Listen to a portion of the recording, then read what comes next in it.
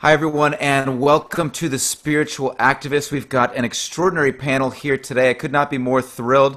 We're going to take you through each of our panelists today. Welcome, Amy Alcini from Recycling Happiness. How are you? Thank you. Glad to be here. Excellent. It's great to have you. David Pagan from Kick-Ass Dad, welcome. Heyo. Ayo. We've got Kelly Marceau from kellymarceau.com. Welcome, Kelly. Thank you. You're welcome. It's great to have you. And Jay 40 from the Greatness Zone. Welcome, Jay. Hey team, how is everybody? Doing well. My name is Michael Maddalini, and I'll be your host today. And today is a wild card session, so we don't have a guest. We've got our full panel on with us, and we're going to be discussing activism versus neutrality. And this is a big subject in and around spiritual communities as well as just in the world at large. So what we're going to do today is give everybody 2 minutes to give their interpretation of activism versus neutrality. And why don't we start with Amy today? Welcome, Amy. Hi, thank you. It's an interesting topic for me, activism, neutrality, because in a sense, the idea of being neutral, in some sense, is actually, the way I see it, is a decision. So there's an action decision, an inaction decision, and then a decision not to do anything. Now, if you look at, for me, if I look at it proactively, then that's a state of something I wish to do. For example, if I'm on the phone with someone and there's some kind of conflict or someone sends me an email, I have an option not to react to that email. Okay, for me, that's not being neutral. For me, it's kind of using the middle option until a time in which that I can deal with that, or that I can feel that emotion is not going to affect what I say, or it's going to be coming from a place of love when I do respond, regardless of what the email said. So what I think gets confused a little bit in the world, or what I see, is that some people decide that neutrality means that it's not a middle decision of taking a moment to see what is going to happen next, or taking however long it takes to have this kind of inner dialogue or conversation. It becomes a place where people just may be and think that that's an okay, maybe not an okay place to be, but a place to be that is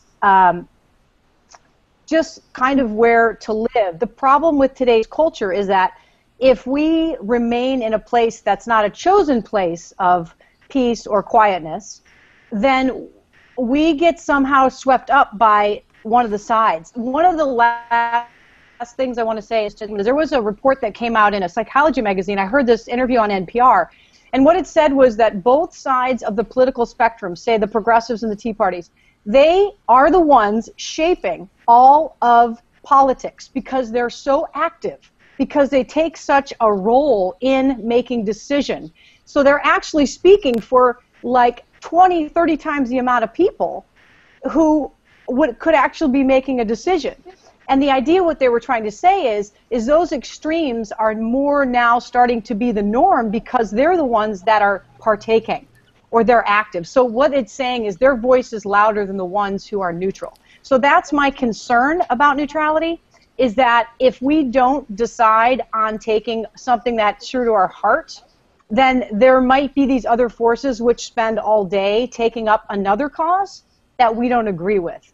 So I don't know how comprehensive that is, or if that makes sense. Yeah, no, that's extremely powerful. It's the same idea that when Nazi Germany and Hitler took power, it wasn't to say that that was the majority. That was simply the active minority being the ones who are taking action. So that's a really powerful point.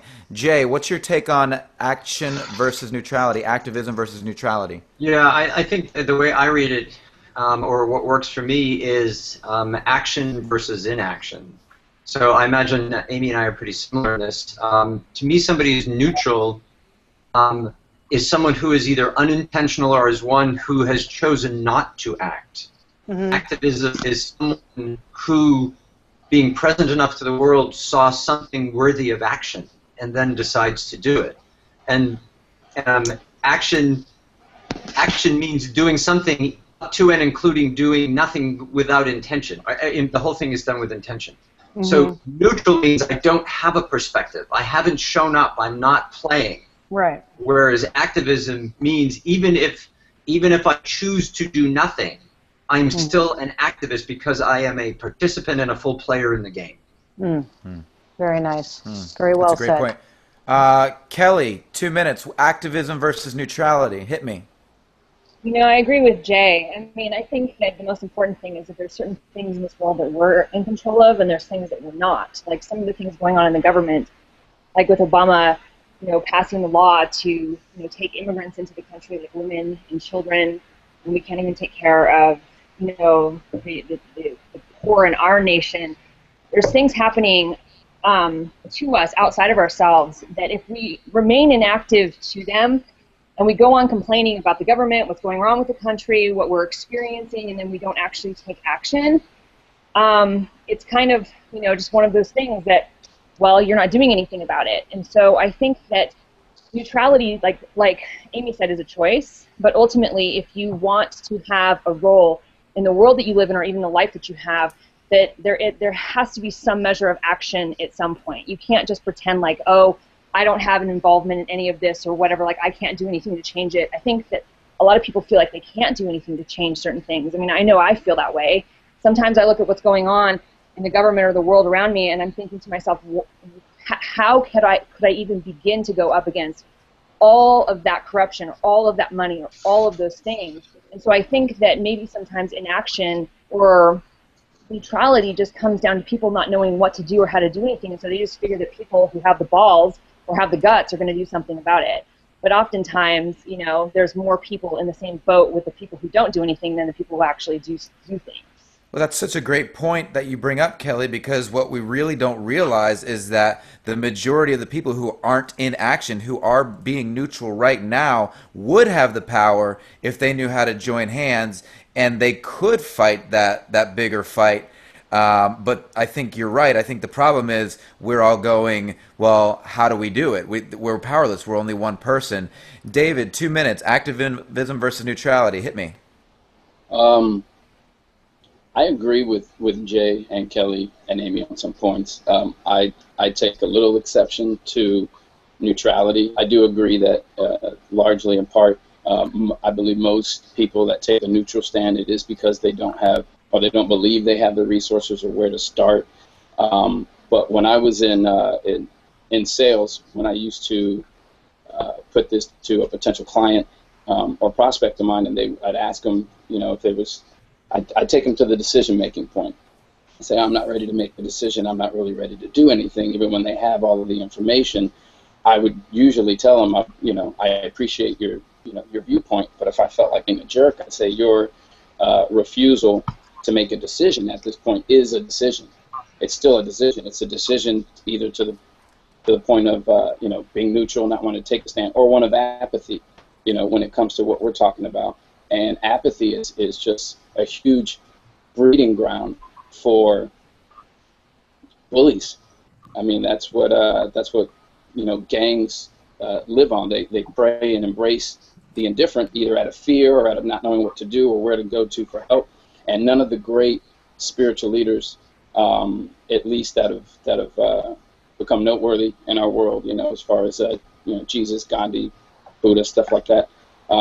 Once they reached an understanding spiritually, and even down to this day, you have to realize that, okay, something's wrong.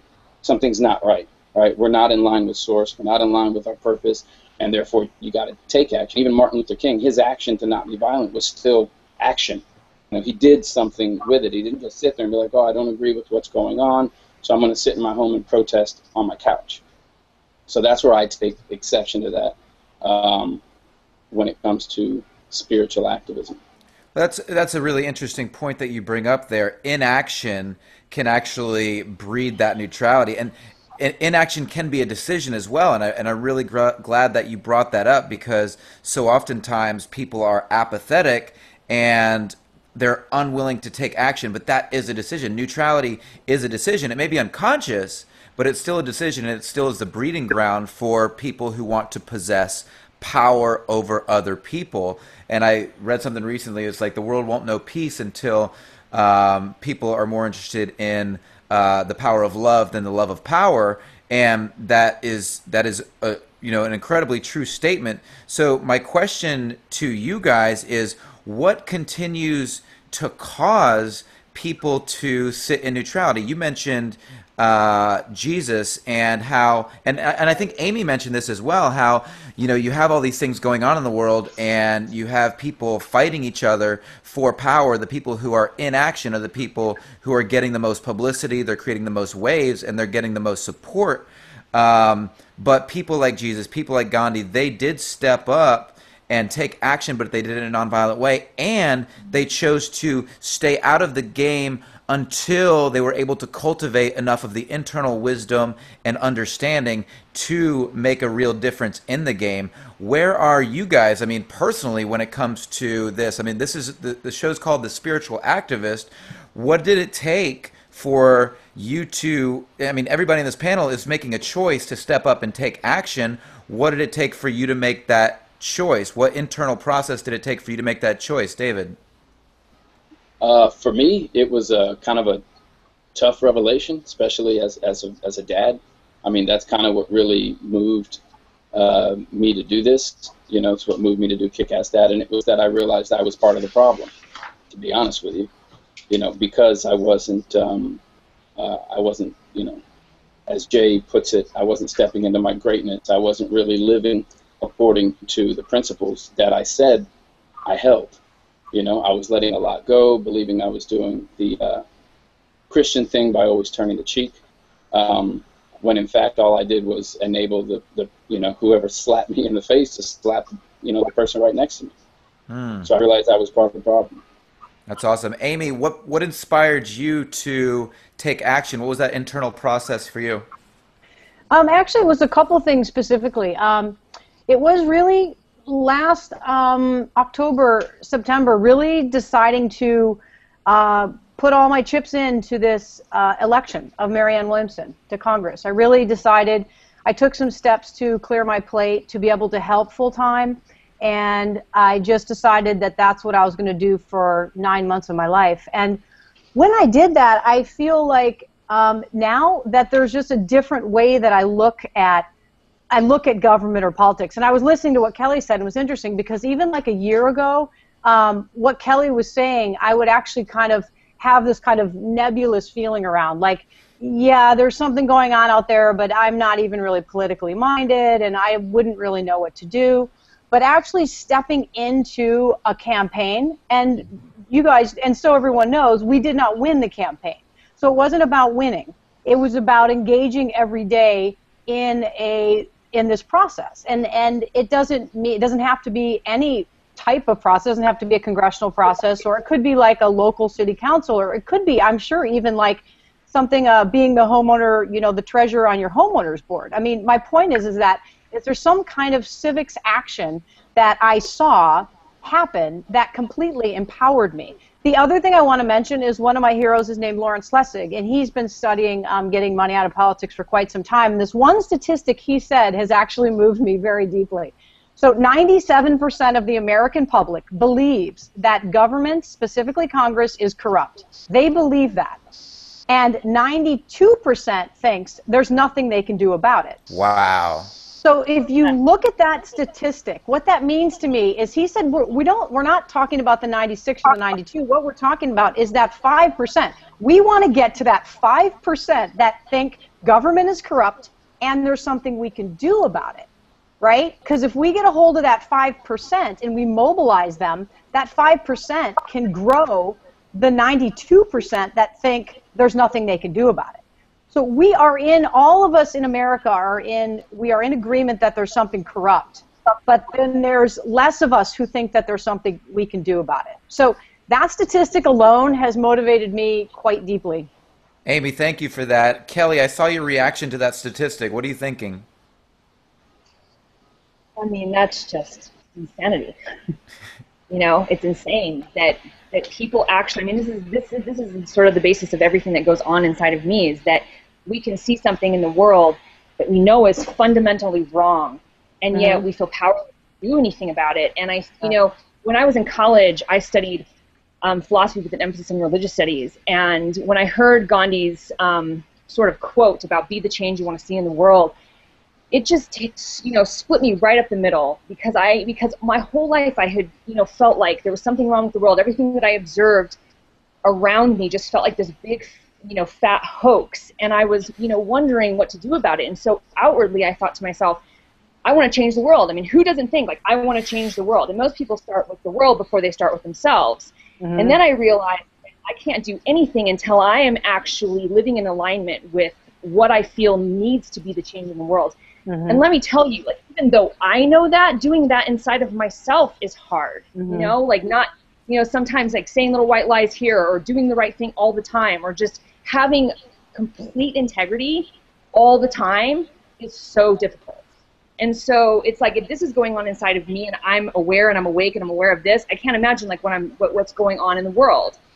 So it's, this is a really interesting conversation that we're having. Like, what does it take for people to actually feel that they can not only do what needs to be done on an interpersonal level, but actually out in the world as well? And for people like us, we have to do both at the same time. Right. And quite the tall order. Yeah, and to your point, it's as if it's not just us. Even the people who are acting in neutrality right now, if they want to affect real change in the world, we have to begin to transform ourselves. I love that you brought up that Gandhi quote, "Be the change that you wish to see in the world," because that is really the key. And it's damn hard. It's hard to live up to your own expectations every single day because we always fall short. It's my opinion that in order to be that change that we want to see in the world, we've got to be just as kind to ourselves when we fail as we want to see ourselves being to other people. So in order, and this is just my opinion, but I really like that we brought this up earlier about Jesus and Gandhi and how they had to, in order for them to really affect change in the world, they had to get really clear on their own interpersonal dynamics and be in alignment with their true self, their most authentic self. Jay, what are your thoughts on that?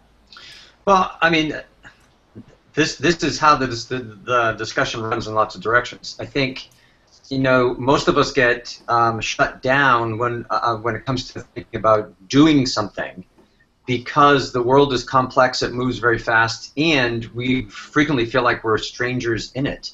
I mean, we don't even know where we're supposed to be or what we're supposed to do, because it seems like there's powers in the world that move around that we don't have any kind of impact on. So, not feeling at home in our world is part of our way of checking out. I don't even call that neutral, I call that check out. That's even lower than neutral. So if this nature of today's discussion is what does it take to move you off of zero and into a forward direction? How do you move? How do you stop sitting still and move? Then part of it would be looking at, well, what are the things in you that move you? And I think, the activism part has to come from the inside. You have to see something out there that has your name on it that says, maybe I could do something in that, as the first of the fires that get you going, because nothing goes, without a little bit of heat behind it. So the fuel to move in a particular direction happens when you are connected to your world, like Kelly said. If I'm conscious enough to my world, I can see what's out there, and from that I can then decide, are there in fact things that move me enough to do it? And in that moment, do I feel confident and courageous enough that I could actually do it? Or do I listen to most of what the world says, which is, you'll never make it happen. It's too big out here. There's too many big players in here. You're a small player. It's not going to happen. So that reminds me of one of the most powerful things I've heard from Seth Godin, who I read all the time. I really like his perspective. He's an internet marketer, but he's also just a really wise person. He says, all change happens in the groundswell. It's not from the top down, it's from the bottom up. So action happens when enough people see something, feel something, decide it should happen, find people in a world that now can connect with each other. And so Godin's other book, or another one of his books, is called Tribes. How do you find the people who believe what you believe? And in that, you start to then look at the world, find people who believe what you believe, you develop some courage, and from that, you start to create the groundswell of moving forward. So when we talk about activism versus neutrality, to me, it's the physical act of movement. Go do something. Even if it's read about it, talk to people. You don't have to change the world, but you have to take a forward step so that you move from where you were to where you could be. And every time you do, the view of the world gets a little bigger. That's a great point. And for a lot of us, I think the problem is we just don't know what we're passionate about. We get so complacent or so beaten down by life that neutrality seems like the easiest option, or to your point, Jay, even further, to completely check out. David and I were talking this morning about how you truly find yourself in the service of others. What does that have to do with activism versus neutrality for you, David? Um,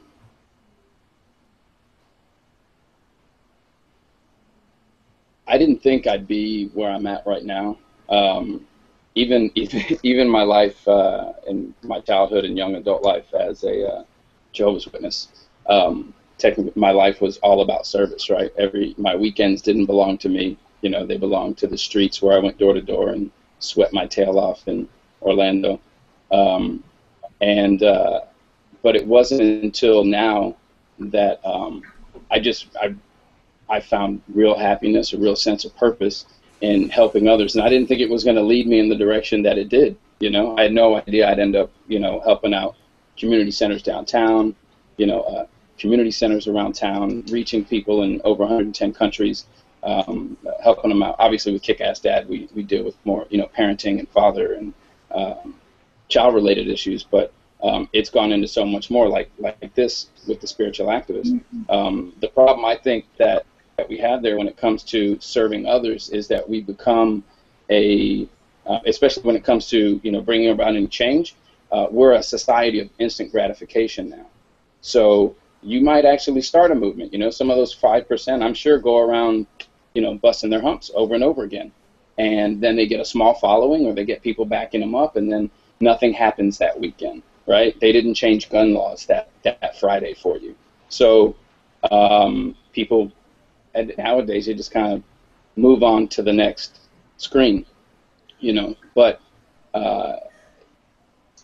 we got to where we are today, one generation at a time, right? We didn't go from, I don't know, Adam and Eve, let's just say, I don't know, aliens, whatever we want to call it, monkeys, to where we are now. A lot of that statement. Hey, listen, I don't care where we came from. I just care about where we're going. So, we got here one generation at a time. Cell phones didn't exist when I was a kid. Now they're here.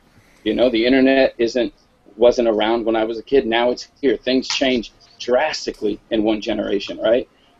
Martin Luther King didn't get to see the fruition of everything that he did. He could see some of it, and that was just in one generation, a shortened lifespan at that, and it caused change. So I think in this case it's a fantastic idea for those for that 5% to show the other 95% that throughout history it only took one generation to get it, to take the next step. So there, by all intents and purposes, it should just take this generation right now to at least take a step in another direction. That's powerful, David. You brought up an interesting point about somebody starting a movement and then, they get this little groundswell of following, and then all of a sudden it dissipates. It's like this cause du jour mentality, the cause of the day, and then when that doesn't manifest, then we all give up and move on to the next thing. But that ends up really costing us because we never gain any real traction. Amy, you just got off the campaign trail with Marianne Williamson. It would be easy for you just to kind of drop off the face of the earth. Why are you not? Well, that's when David was talking, I was writing a couple things down. But one of the things I pasted up on my wall for 9 months, because it's a long time to wake up and do the same thing and help someone who, she had a pretty good chance of winning, but this was her first election, and she was running against very kind of seasoned people in Los Angeles County, which is one of the most kind of popular counties to run in the United States. So we were very hopeful, but we were also realistic in that the competition was pretty big. We had 18 people we were running against. So we every day had to kind of come in with this kind of, motivation. So I put up on my wall every morning a quote by Margaret Mead, who said, "Never doubt that a small group of thoughtful, committed citizens can change the world. Indeed, it is the only thing that ever has." Can I get an amen? So this is is really important. And then the other thing we talked about actually almost every day, or at least every other day in the campaign, is this fact that if we would have been, so we're at a place in American history where we all have to participate. It is one of those times, whether we want to or not, where we do have to get involved, or else the corporatization of America it's already happening, it's already happened, and we need to put an end to it. Because if we don't, we are not going to have any type of America that we began with. If corporations own our country, there's a lot of science fiction movies that have been made that predict what that is. I mean, The Hunger Games is only one of them, but that is the kind of society you see when corporations take over your society. So we talk about this on the campaign, like, what if the suffragettes just said, oh, you know, this is too hard. We don't need the right to vote. You know, that's okay. You know, the status quo didn't wake up one day and say, oh, let's give women the right to vote. It took 80 years for women to vote from start to finish. I mean, what if we didn't do that? I mean, I'm not sure what would happen. I mean, to David's point, maybe over time it would have happened, but these people were committed. It's the same thing with the civil rights. I mean, if you look how long it took this movement to grow and cultivate, David's correct. Many of the people that started the movement never saw the end of the movement, right? So I guess what we're saying is that... Ladies and gentlemen, meet Reiki. Reiki is Jay's universal energetic dog, here to share his story with us. Thank you, Reiki. Hi, Reiki. Sorry about that. Go ahead, Amy. Finish up. So yeah, just to finish up. So that's the kind of thing. Those are the things we would talk about to help inspire that. Because what David's talking about is a real human problem, right? We were all feeling it. I mean, every one of us were feeling the things he was talking about. But what we did is we tried to cultivate things that were, you know, on the opposite side of that, right? We would counter things that would kind of alleviate that kind of idea of, you know, well, what if it doesn't work, or we have to do this for a long time. So for me, it's always about amplifying what we want and cultivating what we want instead of worrying or railing against what we don't want. And I saw us really come together as a team, and we're able to do that for each other on the campaign. Every day was not, you know, easy. No, that's awesome, and that brings up a great point, Amy. And I think Kelly brought this up earlier about how when you begin to take a look at these things and you begin to kind of wake up to what's going on in the world around you, it's almost as if it's this giant hoax by the powers that be. And you know, for you and Marianne Williamson and that campaign to really get serious about getting money out of politics, I think that's just so important when it comes to any movement in America and creating some understanding and mutual, you know, at least a co-creation of what is possible together. And you brought up a great point about how movies can tend to point out and books can tend to point out, you know, what could happen if we allow the apathy to take hold. You know, what would happen if apathy were, you know, in the women's suffrage movement or the civil rights movement? They would never have taken hold. Those movements never would have gained any momentum. So what is it that the individual has to do? Let's say somebody on their couch right now who just stumbled across this show and are going, man, these guys are out of their freaking pants. Like, who the hell do they think they are? They're nobody. Well, what do you say to those people who say, I don't have a tribe, I don't have anywhere to plug into, I don't know what to do with my life? Kelly, what do you say to somebody like that? Well, first of all, there's been a lot of stuff that everybody has sort of said, like Jay was talking about, you know, checking out. And I think that one thing we all have to acknowledge is that our society is extraordinarily disconnected. I don't know if it's checking out, like being on autopilot, or is it as much as like we are on some level connected, like from our spirits and from our souls. I know that I experienced it. I experienced disassociation from reality for like 10 years, had no idea what was going on inside of me. And it was because I experienced massive trauma. I mean, I was seeing this stuff at a very young age, this discrepancy in reality of these people, especially these religious people who projected to be these, you know, wonderful, kind, loving people of God, and they were like the most judgmental, self-righteous people I had ever seen in my life.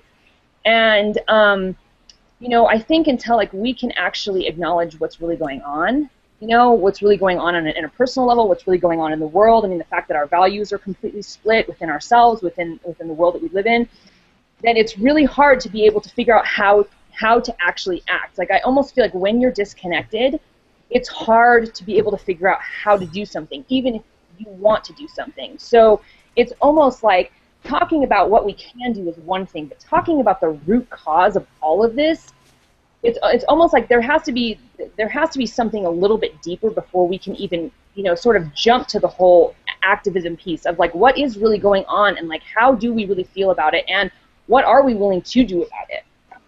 And then Amy said something else and I forgot. I kind of got lost in my thoughts, but yeah, so I'll finish that for there. No, that's a really great point. I think that was brought up earlier by both David and Amy, that how critical it is to get really clear on what you are, what your connection is to the world, what your connection is to your spirit, to your higher self, or whatever you want to call it, whatever that connection is, whatever binds us. Because the reality is, you look from a scientific perspective, you look at a quantum physics perspective, we are all literally made up of the same stuff, the same matter, which is broken down into energy, which is broken down into a unified field that we are all simply a part of. So we're all looking at each other from these multiple perspectives, and then you have people who are completely in lust for power, who are hurting the rest of the tribe. And I think of humanity in that way. We are tribal people, and it's not until we can recognize our connections, and I think that's kind of your point, Kelly, is that we've got to really get down to the nitty-gritty of who we are and how we're connected before we can take a real stance, a real activist stance on what actions to take. And I know that was brought up earlier about how, some of these spiritual people, they had to really get clear on who they were before they would have any impact on the reality they were seeking to change. Martin Luther King went to India to study Gandhi. He studied Jesus. He studied all the people who have proven that nonviolence is an option, that it can work. And then they proved it. So what are some of the next steps from a political perspective? I kind of want to throw this back at you real quick, Amy, and then we'll get back to Jay and David.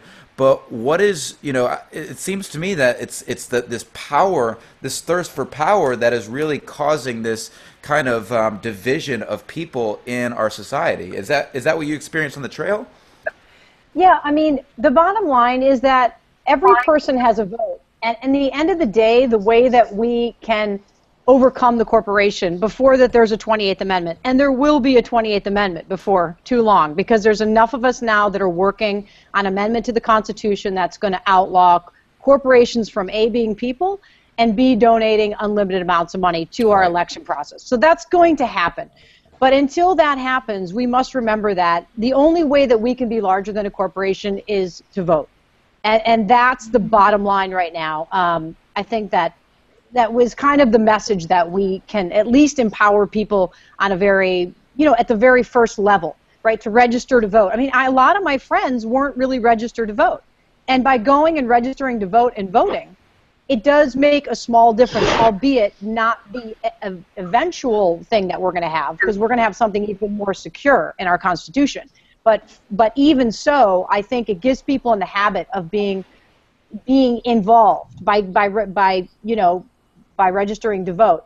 One more thing I want to say is that we would say this all along the campaign, is that cynicism is an excuse for not participating. Cynicism is an excuse for not engaging. And it's true. And I had to look at that in my own mind, because up until 9 months ago, like I said, I was not very involved in politics. In fact, I actually had not voted in the past few elections. And I thought to myself, wow, like, I am not coming from a place of any, I was someone who had not been involved.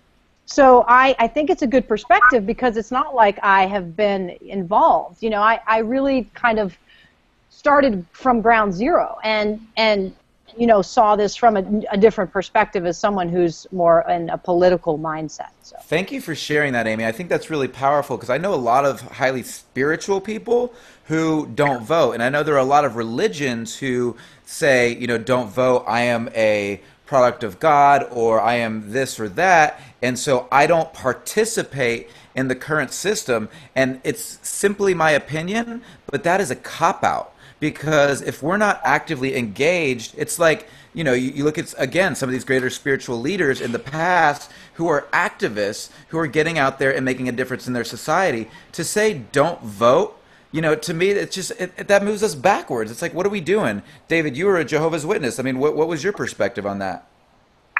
Our stand was a neutral stand. A what? A neutral stand, oddly enough. I remember being raised and hearing from my parents and hearing from the podium that we were run by a theocracy, not a democracy, and so they were waiting for their vote was for God, their vote was for Jesus, right?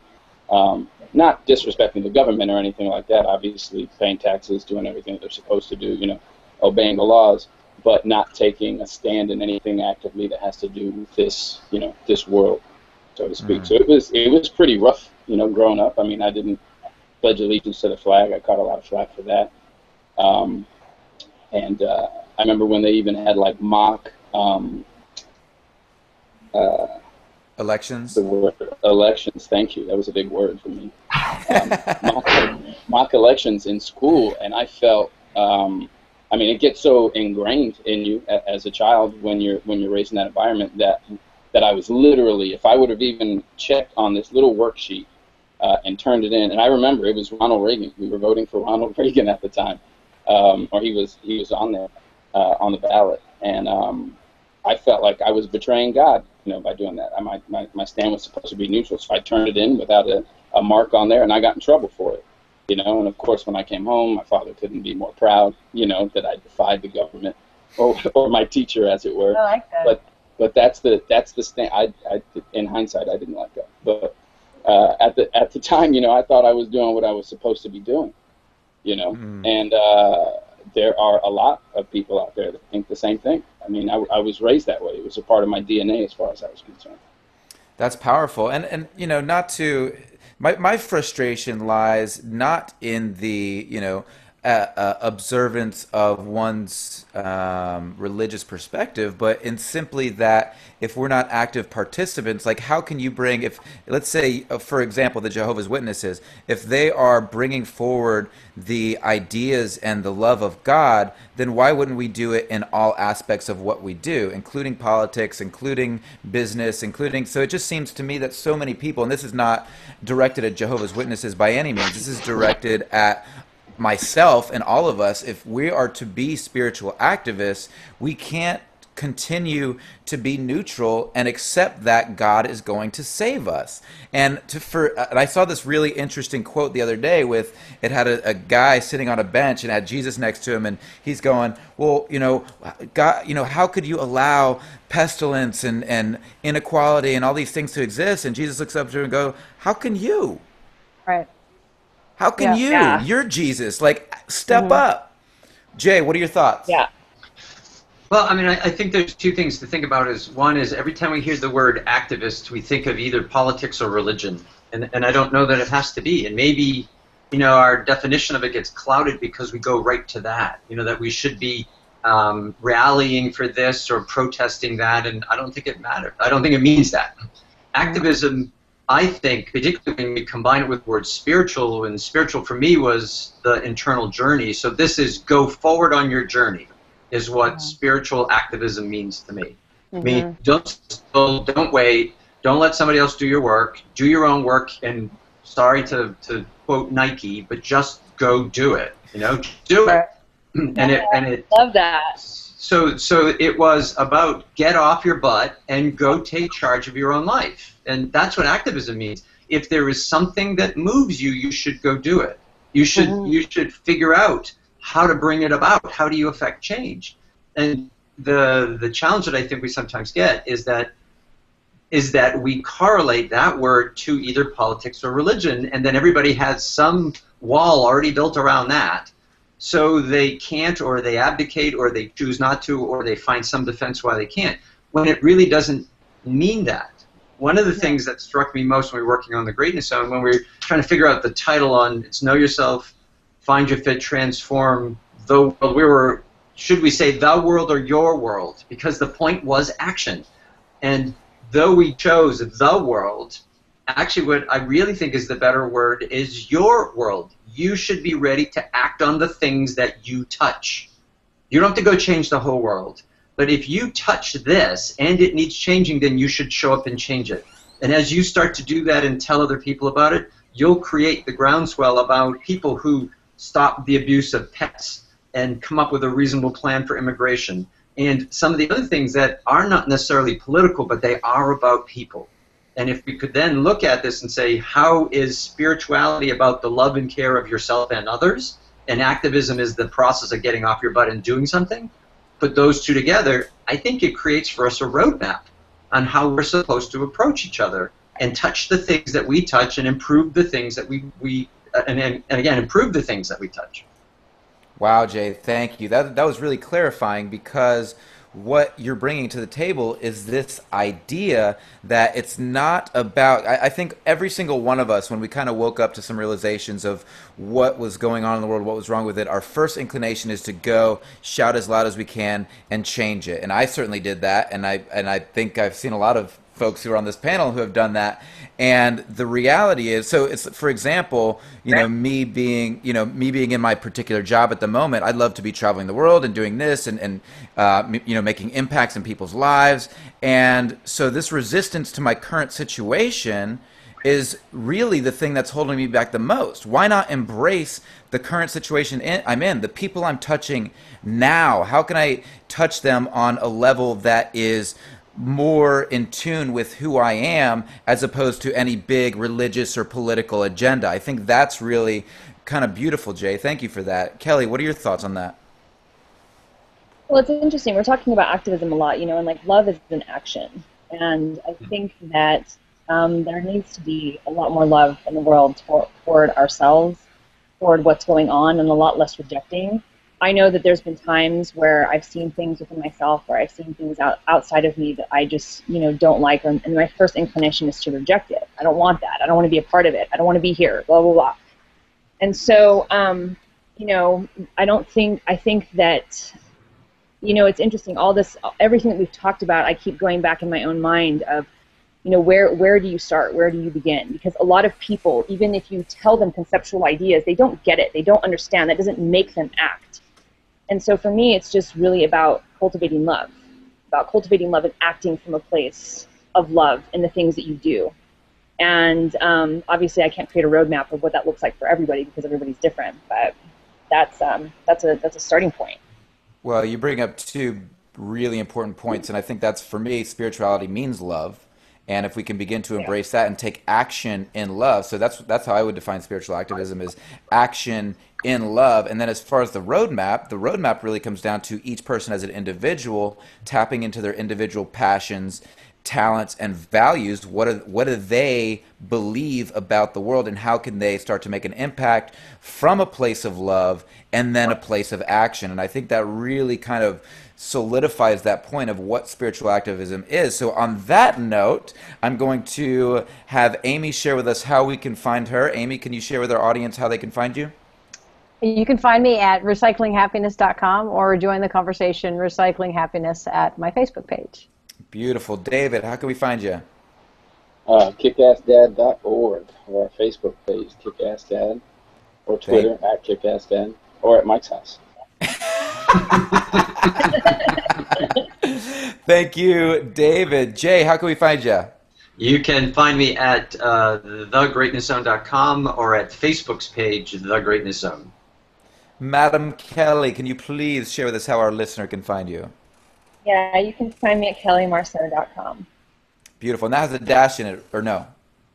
Nope, it's just kellymarceau.com. kellymarceau.com. Beautiful. Thank you so much. You all are incredible. I really appreciate your time here today. My name is Michael Maddaloni. You can find me here on The Spiritual Activist or on kickassdad.org. Thank you all, and have a wonderful day. Thanks, Mike. Thanks, you guys. Thank you.